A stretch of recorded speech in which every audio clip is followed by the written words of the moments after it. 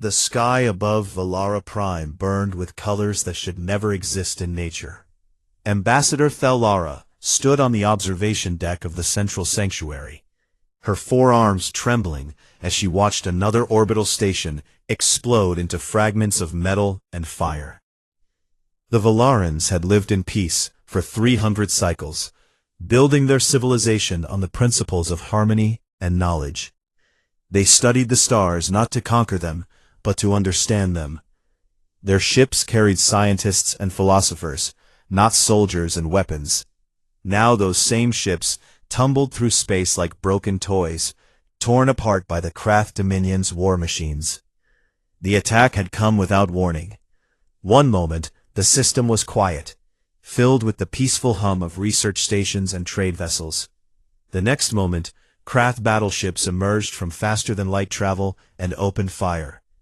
The Galactic Council's treaty had promised protection, had guaranteed that aggressive warfare would be met with swift justice. Thalara had believed those promises with every fiber of her being.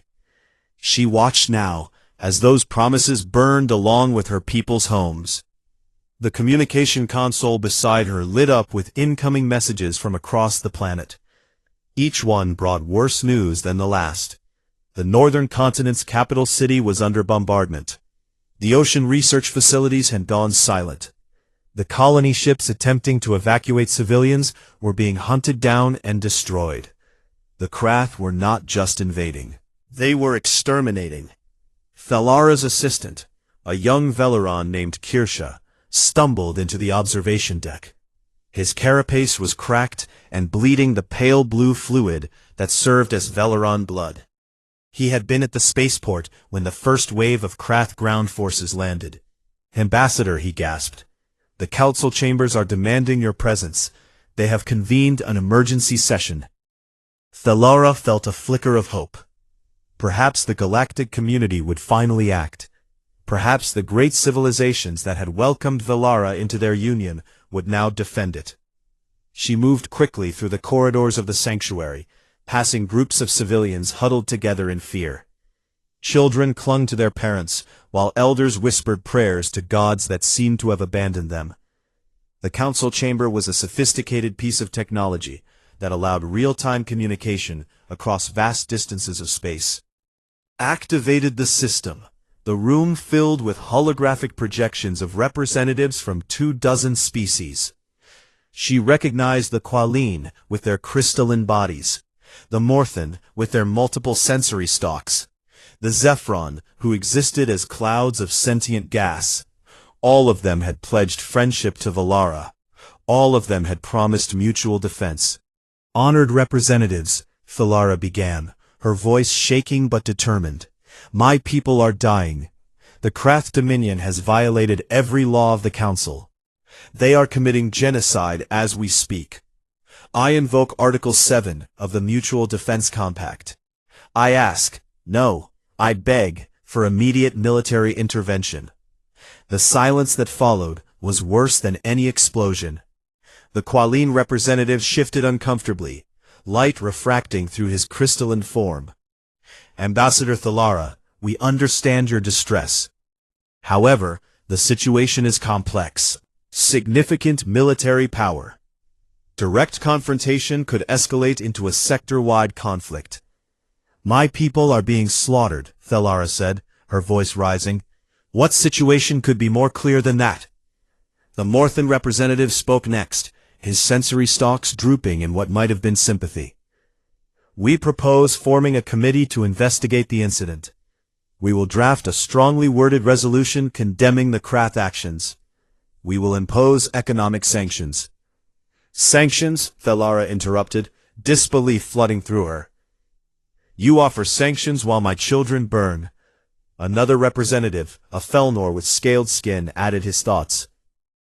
"We must consider the precedent this sets. If we intervene militarily every time there is a border dispute—" "This is not a border dispute," Thalara screamed, her composure finally breaking. "This is extermination." Scale. But she could see it in their holographic faces, in their careful diplomatic language, in their comfortable distance from the dying. They were not going to help. They were going to debate and discuss and form committees while her entire species was erased from existence. The council species had grown comfortable in their peace. They had forgotten what it meant to fight for something beyond profit and territory. They had evolved past violence, they claimed, as if evolution made them superior rather than simply soft. Thellara terminated the connection without the traditional closing protocols. Let them file a complaint about her rudeness. Let them add it to the list of things they would discuss in their endless meetings. She returned to the observation deck, where Kirsha waited. Through the transparent walls, she could see another wave of craft fighters descending toward the planet's surface. Told him, P. The council will not help us. Kirsha's antenna drooped in despair. Then, we are lost. Our defensive forces cannot hold for more than a few days. Our people have no weapons, no training for war. Thellara stood silent for a long moment, watching her world die. Then something stirred in her memory. She had been reviewing the council's newest members just before the attack began.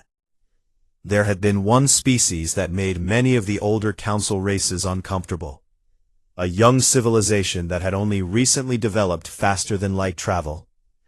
The reports had described them as volatile, aggressive, and alarmingly militaristic. The council had debated for years whether to even allow them membership.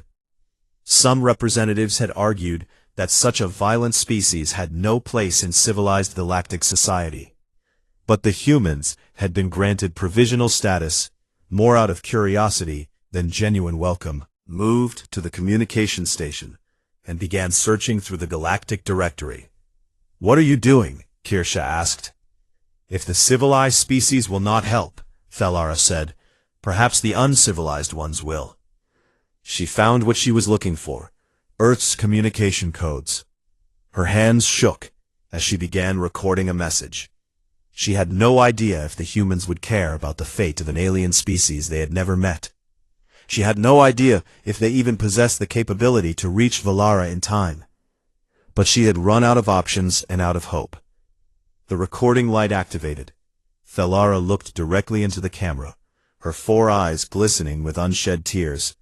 She spoke from her heart, abandoning all diplomatic training. She showed footage of the destruction, of the dying children, of the burning cities. She explained how the council had abandoned them, how the peaceful species of the galaxy had chosen comfort over justice. And then she addressed her message specifically to Earth, to humanity, to these strange, violent newcomers. "If you are listening," she said, "if you have any honor, any compassion, any courage, please help us. My people are dying. The civilized galaxy watches and does nothing. Perhaps you, who they call uncivilized, will do what they cannot." She transmitted the message on all frequencies, broadcasting it into the void. Then she waited, watching her world burn, hoping that somewhere in the darkness of space, someone was listening. Someone who still remembered how to fight for more than profit and territory. Someone who still believed that some things were worth dying for. Captain Marcus Webb was 3 months into a routine freight run when his ship's communication array picked up the signal. He had been hauling mining equipment to the outer colonies, the kind of boring work that paid well, but made him question his career choices. The message came through on every frequency simultaneously, which was unusual enough to get his attention. What made him actually stop and listen was the desperation in the alien voice. Marcus had been in space long enough to recognize genuine terror when he heard it. He watched the footage once, then immediately called up his communications officer. "Patch this through to UESC command right now," he ordered. "Priority Alpha." The officer looked confused. "Sir, this isn't our problem. These Valarans aren't part of any Earth alliance." "Did you watch the same message I just did?" Marcus interrupted. "Those are civilians being massacred. Get it to command." The message reached United Earth Space Command headquarters within the hour. Admiral Catherine Zhao was in the middle of a budget meeting when her aide interrupted with urgent priority protocols. She excused herself from the room full of bureaucrats and politicians, grateful for any reason to escape discussions about appropriations and committee reviews. The aide brought her to the command center, where the message was already playing on the main screen. Zhao watched in silence as the Valaran ambassador pleaded for help. She saw the burning cities, the destroyed ships, the bodies floating in space. She saw the fear in those alien eyes and recognized something familiar. Desperation looked the same in any species. How long ago was this transmitted? Zhao asked. Approximately 6 hours, Admiral. It's been broadcast on all frequencies. The entire galactic community has received it. And what's the Council's? The aide pulled up the diplomatic channels. They've condemned the attack in the strongest possible terms. They're forming an investigative committee. Economic sanctions are being drafted. In other words, nothing, Zhao said flatly. She turned to her Chief of Staff, Commander James Mitchell. Get me the Joint Chiefs. Get me the Secretary General. And pull up everything we have on this Krath Dominion. Within 2 hours, the Situation Room was full.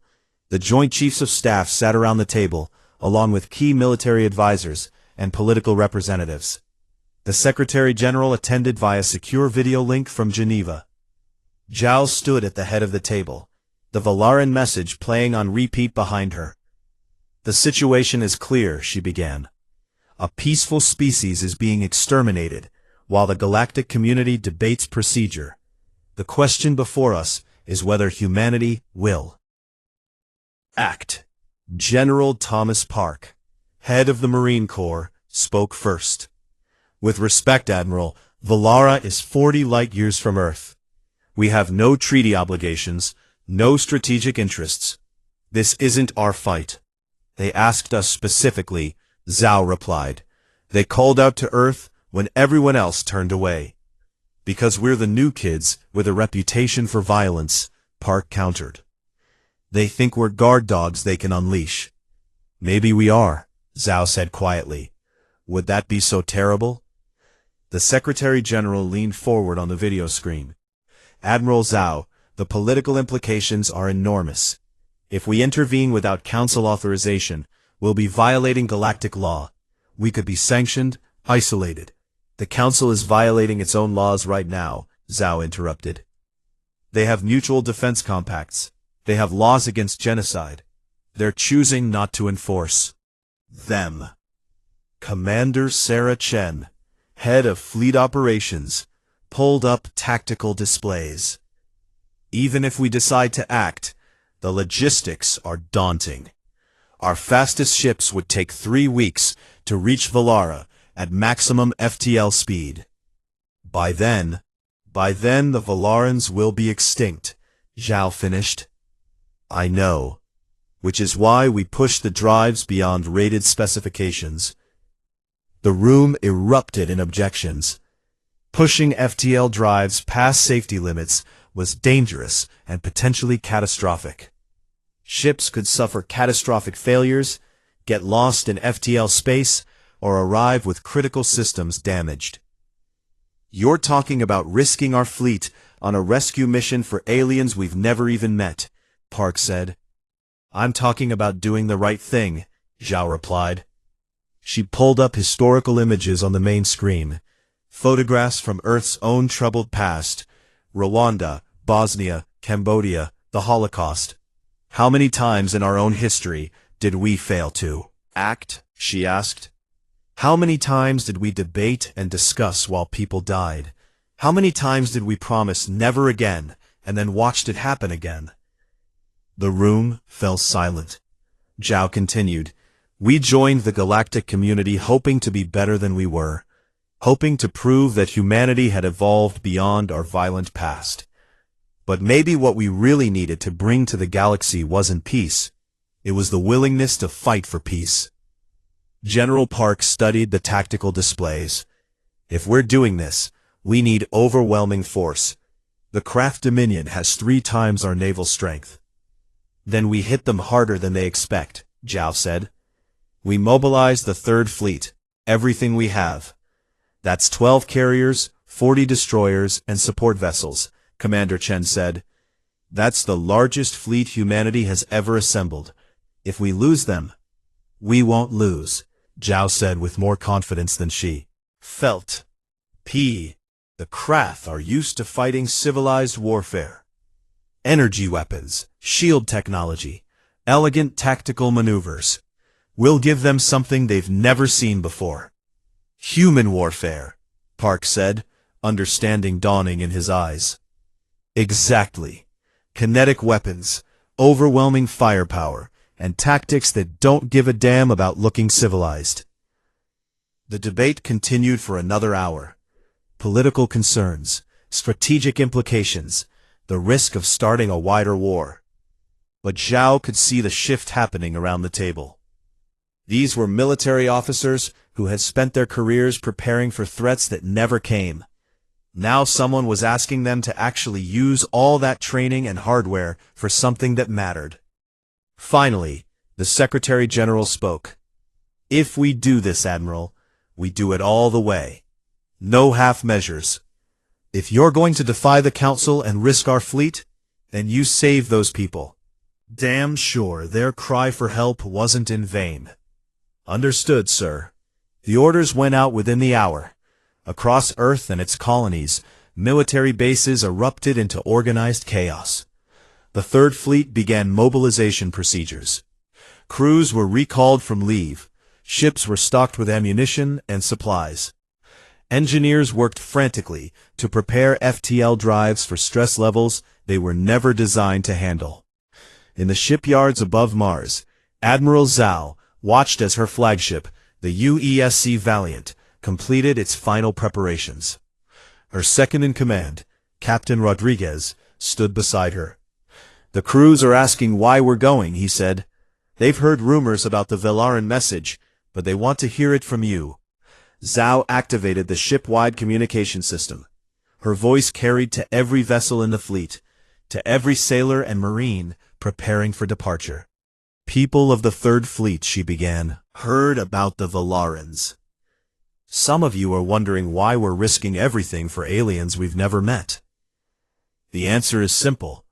Because they asked for help, and no one else would answer." She paused, choosing her words carefully. "The galaxy we joined isn't what we thought it would be. It's comfortable, civilized, and completely unwilling to fight for its own values. They've evolved past violence, they say. But sometimes violence is the only answer to violence. Sometimes the only way to stop evil is to punch it in the face." Scattered laughter came through the comm system. "So we're going to Velara," Zhao continued. "We're going to push our ships to the breaking point. We're going to fight a battle we're not obligated to fight. And we're going to show the galaxy what humanity stands for." She took a breath. "We're going to show them that when someone cries for help, we answer. Profitable, not because it's strategic, but because it's right." The fleet departed Earth orbit in the largest military deployment in human history. 12 carriers burning at maximum thrust, surrounded by their escorts and support vessels. As they accelerated toward the FTL jump point, Zhao recorded a message back to Velara. She didn't know if the Velarans would receive it in time. She didn't know if they would even survive long enough to see human ships arrive. But she sent it anyway.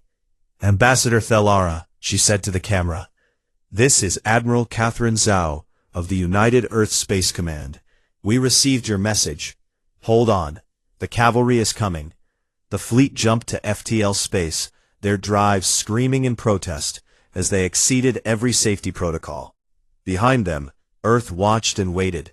Ahead of them, Velara burned, and throughout the galaxy, species who had thought themselves civilized began to wonder if they had forgotten something important, something the humans still remembered.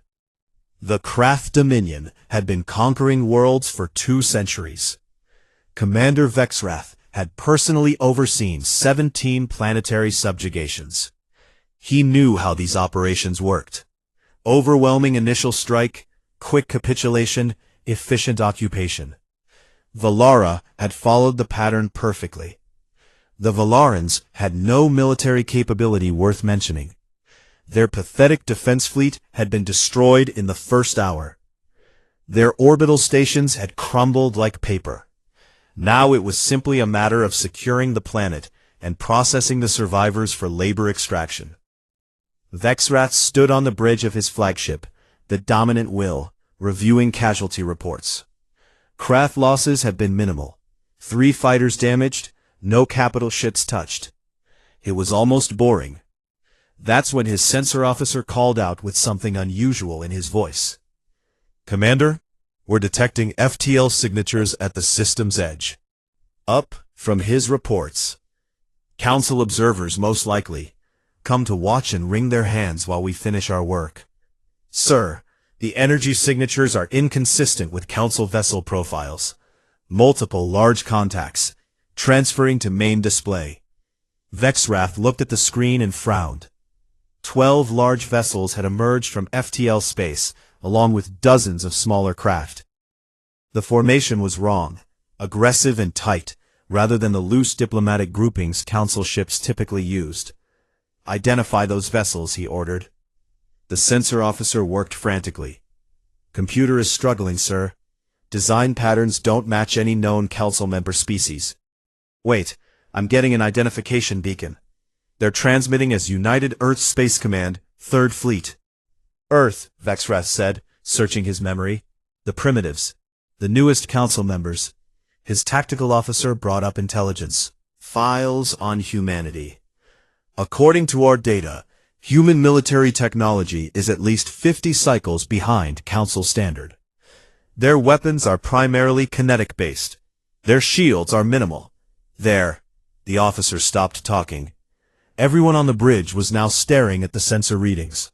"Sir," the sensor officer said quietly, "several of the human vessels are showing critical damage. Hull breaches, plasma leaks, drive systems fluctuating." Vexrath studied the display with growing confusion. The human fleet had arrived damaged. Some of the ships were literally on fire, trailing debris and venting atmosphere. "Did we have forces positioned at the system edge?" he asked. "Could they have engaged?" "Negative, sir.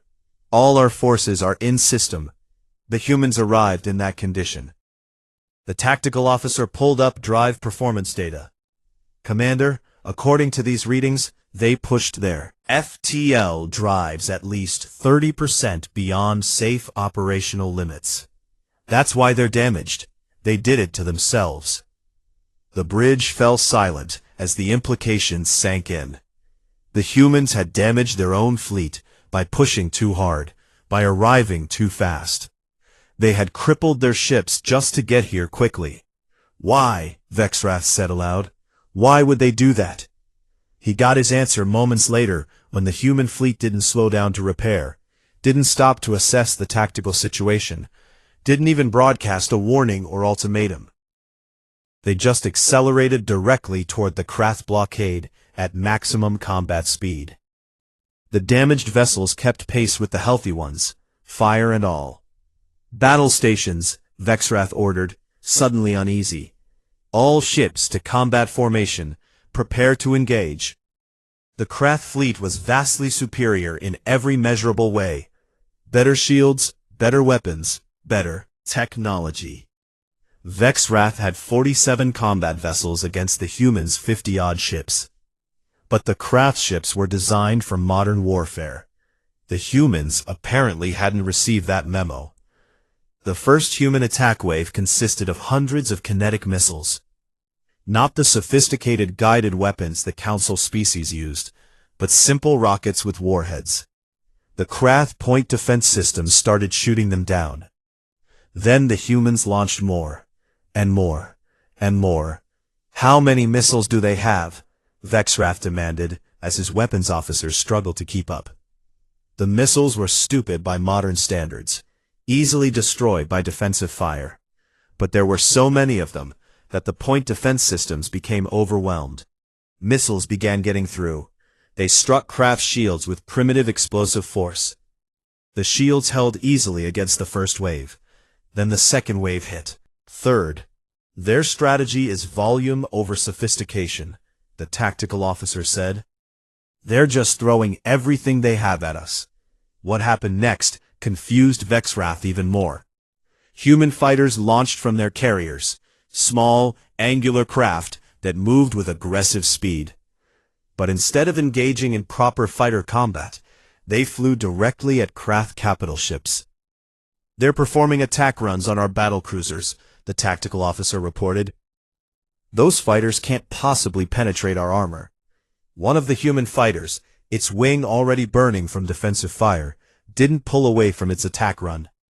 It crashed directly into a craft destroyer's shield emitter. The explosion was small by capital ship standards, but the shield emitter was destroyed. Did that pilot just deliberately crash his ship? Vexwrath asked. 3 more human fighters did the same thing to different craft vessels. Were suicide runs. Calculated, deliberate sacrifices to create vulnerabilities. They're insane, someone whispered. The battle dissolved into chaos. Human tactics made no sense by civilized standards.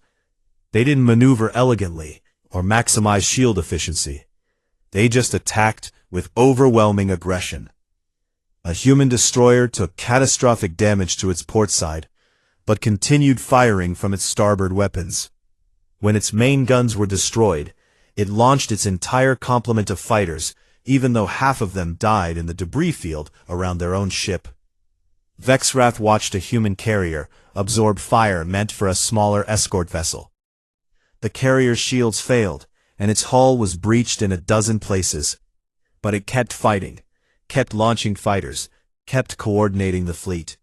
Target that carrier, he ordered. Full firepower. Destroy it. Concentrated their fire. The human carrier, already heavily damaged, took the full force of the attack. Vexwrath expected it to break apart or retreat. Instead, the carrier turned directly toward the craft formation and accelerated. "It's charging us," the tactical officer said in disbelief. "At ramming speed." The carrier came on like a wounded animal. Its engines were failing, its hull was collapsing, but it kept coming. At the last moment, it launched every remaining fighter and missile it had. Then it rammed the dominant will. The impact was tremendous. Both ships were severely damaged, locked together in a debris field of their own creation. Vexwrath picked himself up from the deck, blood running from a gash on his head. Warning alarms screamed throughout the bridge. "Damage report," he shouted. "Hull integrity at 40%. Main weapons offline. Engines at minimum power. Detecting boarding pods." "What?" "The humans launched boarding craft during the collision. They're attaching to our hull. They're sending troops onto our ship."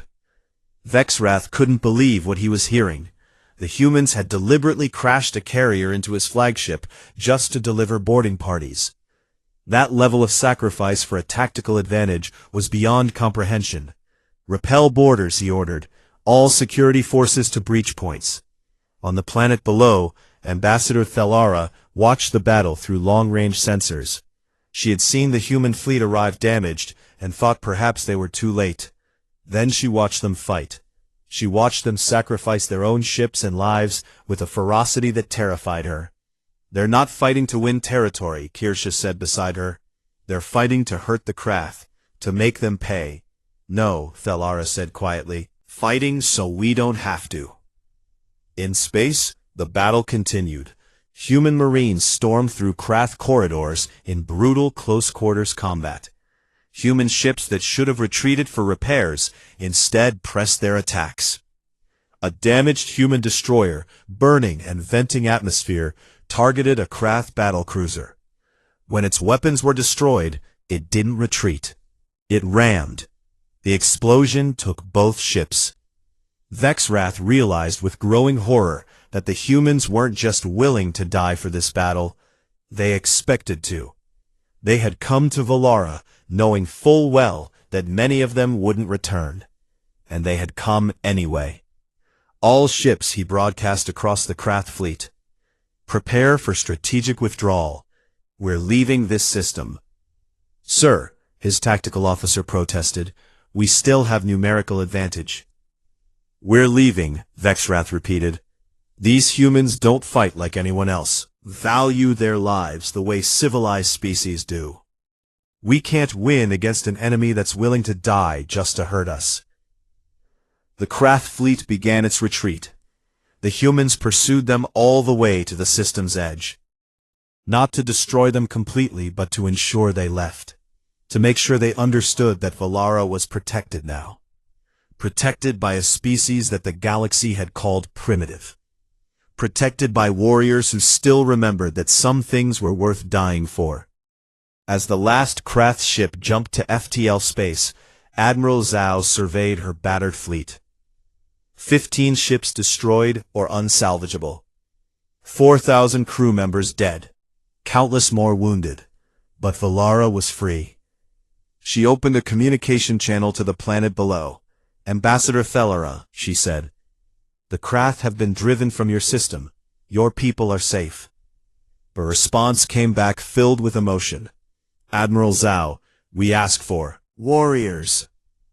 You sent us heroes. How can we ever repay such a sacrifice? Zhao looked at the faces of her surviving crew. Young men and women who had traveled 40 light-years to fight for people they had never met. You already did, she replied. You reminded us why we built these ships in the first place. The human fleet hung in orbit above Valara Prime like wounded guardians. Admiral Zhao stood in what remained of her flagship's bridge, coordinating operations across multiple crisis points simultaneously. The battle was won, but the work was far from over. Medical teams report they've established field hospitals in 7 major population centers, Commander Mitchell reported. Marine units are securing crash sites and clearing debris. Engineering crews are working with Valaran technicians to restore power grids. Zhao nodded, studying the holographic display of the planet below. Red markers indicated areas of heaviest damage. Yellow showed where fires still burned. Green markers, few and precious, showed where human forces had established secure zones. What's our status on casualties? She asked. Mitchell's expression darkened. Confirmed dead, 4,117. Wounded, 7,234. Missing, 308. Presumed lost with destroyed vessels. Each number represented a life. A person who had boarded a ship to help strangers and never came home. Zhao felt the weight of every single one. On the planet's surface, Corporal Sarah Chen worked alongside her medical team in what had once been a Velaran school.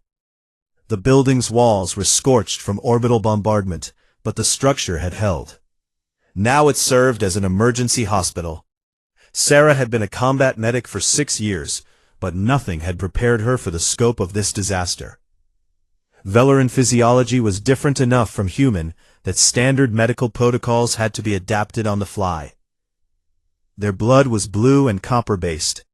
Their respiratory system worked differently. But pain looked the same in any species. She was treating a young Velaran child when the alarm sounded.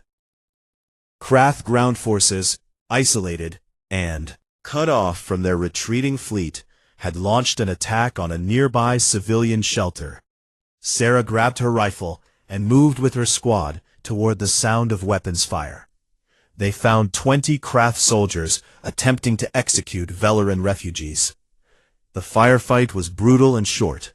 When it ended, Sarah stood over the body of a Krath warrior, breathing hard. A group of Velaran civilians emerged from the shelter. They stared at the humans with a mixture of gratitude and fear.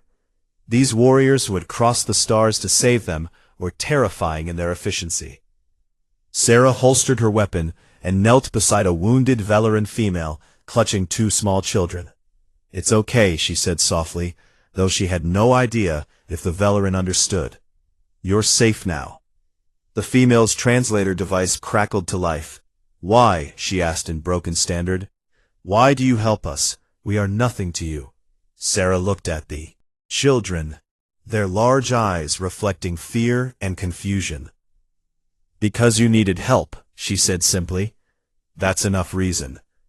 She didn't see the Krath soldier who had survived, didn't see him raise his weapon for one final act of spite, but she heard the Valeran mother scream a warning.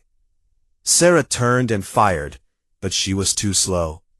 The Krath's shot went wide, missing her, but it struck the ceiling support beam directly above the Valeran children. Sarah had perhaps half a second to react. She threw herself over the children as the beam collapsed. The impact drove her to the ground. She felt ribs crack, felt something tear inside her. The children beneath her were crying, but alive. Her squad pulled the debris away and called for medical evacuation. But Sarah could feel her life bleeding out onto the alien soil. The Valeran mother cradled Sarah's head, keening in grief, whispered, "You saved them. You saved my children." Sarah tried to smile. "That's what we do," she managed to say.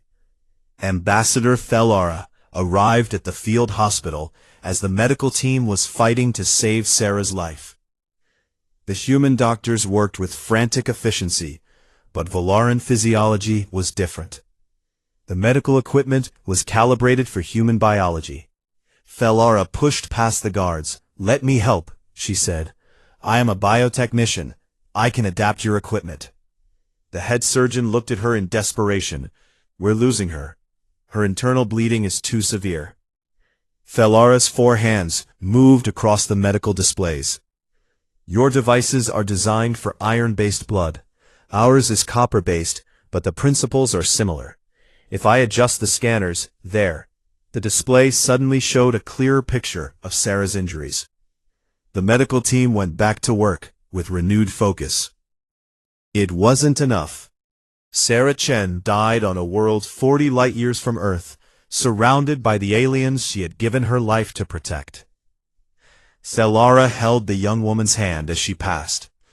She whispered a Valeran prayer for the dead, words meant for her own people, but offered now to this human warrior. The news of Sarah's death spread through the human fleet and down to the surface teams. There was no panic, no breakdown in discipline, but something shifted in how the humans approached their work. They became even more determined, more focused. If one of their own had died for the Valarans, then by every human god they would make sure that sacrifice mattered. In orbit, Admiral Zhao received reports from across the fleet. Her communications officer interrupted with something unexpected. "Admiral, we're receiving transmissions from the Galactic Council. Multiple representatives requesting to speak with you." Zhao had been expecting this. She had violated Council protocols, engaged in unauthorized military action, and upended galactic politics. Time to face the consequences. The Council representatives appeared on her bridge display. She recognized the Qualine, the Morthan, the Zephron, the same species that had refused to help Thellara. "Admiral Zhao," the Qualine representative began, his crystalline form pulsing with what might have been agitation. "Your actions in this system have created a significant diplomatic crisis. You attacked a council member's forces without authorization." "The Krath Dominion attacked first," Zhao interrupted. "They committed genocide. Where was the council's diplomatic crisis then?" "The proper channels exist for a reason," the Morthan said. "You cannot simply decide to enforce galactic law on your own authority." "Someone had to," Zhao replied, "because you wouldn't."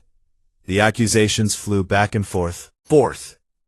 The council representatives spoke of procedures and protocols. Zhao spoke of 4,000 dead humans who had given their lives for a principle. Finally, the Zephron representative spoke. Unlike the others, his tone was thoughtful rather than accusatory. "Admiral Zhao, many council species are troubled by your actions, not because you saved the Valarans, but because you reminded us of something we had forgotten." "What's that?" Zhao asked. "That laws without enforcement are merely suggestions, that justice delayed is justice denied, that sometimes the right thing and the legal thing are not the same." The transmission ended without resolution. But Zhao could see the shift beginning. Other council species were sending messages of support. Some were questioning why their own governments had failed to act. The galactic political landscape was changing. Down on Valara Prime, the humans continued their work. They rebuilt infrastructure, trained Valaran security forces, established defensive systems. They treated every Valaran life as if it mattered as much as a human one. A week after the battle, Thalara organized a memorial service. It was held in the great plaza of the capital city, beneath a sky that no longer burned. Thousands of Valarans attended to honor the human dead. The names of the fallen were read aloud, each one met with a moment of silence. When they reached Sarah Chen's name, Thalara herself spoke. "Corporal Chen died protecting our children," she said to the assembled crowd. She had no obligation to do this. Her people had no treaty with ours. But when we cried for help, she answered. Thalara held up an artifact that human soldiers had given her. Sarah's medical insignia. The humans have a saying, "Greater love has no one than this, that someone lay down their life for their friends." Chen called us friends, though we had never met. She died for that friendship. The Valaran crowd responded with their traditional gesture of profound respect. All four arms crossed over their thorax, heads bowed. Admiral Zhao attended the service via hologram, standing at attention as each name was read. Beside her on the bridge, Commander Mitchell spoke quietly. "Sir, Earth is asking when we're coming home." Zhao watched the memorial service continue, watched the Valarans honor her crew with a reverence that transcended species. "Tell them we'll return when Valara is secure," she said. "When we're certain the Krath won't come back. When these people can defend themselves. That could take months. Then it takes months." On the planet below, the Valaran mother whose children Sarah had saved approached the memorial with something in her arms. It was a traditional Valaran tribute sculpture, crafted from living materials, crystal, that would grow and change over decades.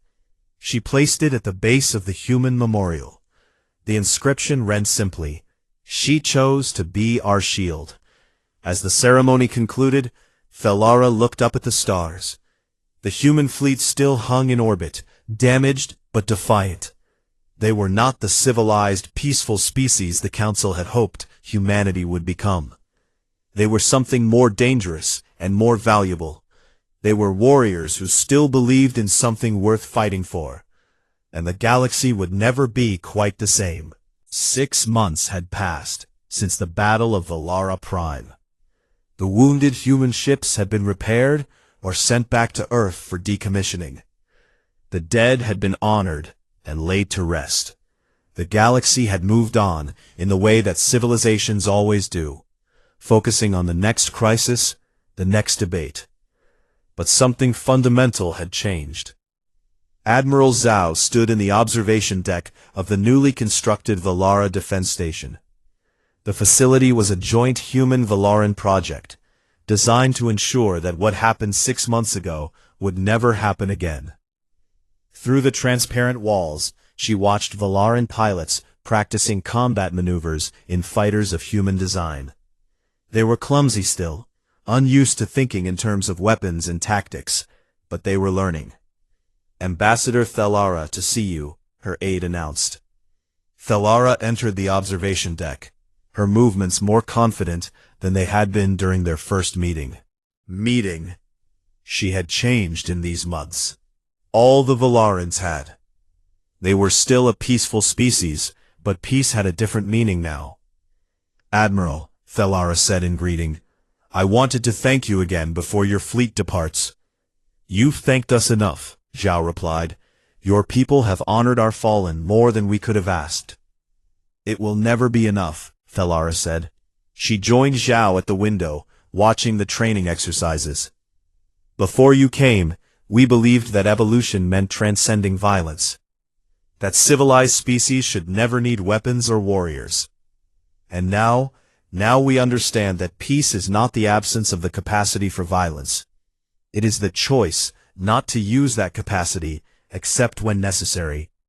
Thalara's translator rendered her words carefully, but Zhao could hear the shift in philosophy. The Valarans would never be warriors like humanity, but they would never again be helpless. The Council has been broadcasting near constant messages, Thalara continued. Some praise your actions, others condemn them. All of them are afraid. Afraid of what? Of you.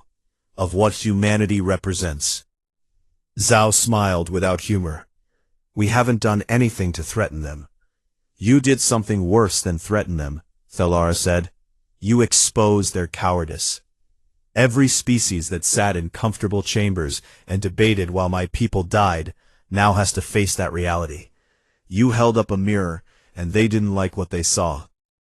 The comm system activated with a priority signal from Earth. Admiral Zhao, this is Secretary General Park. We need to discuss the latest council proposal.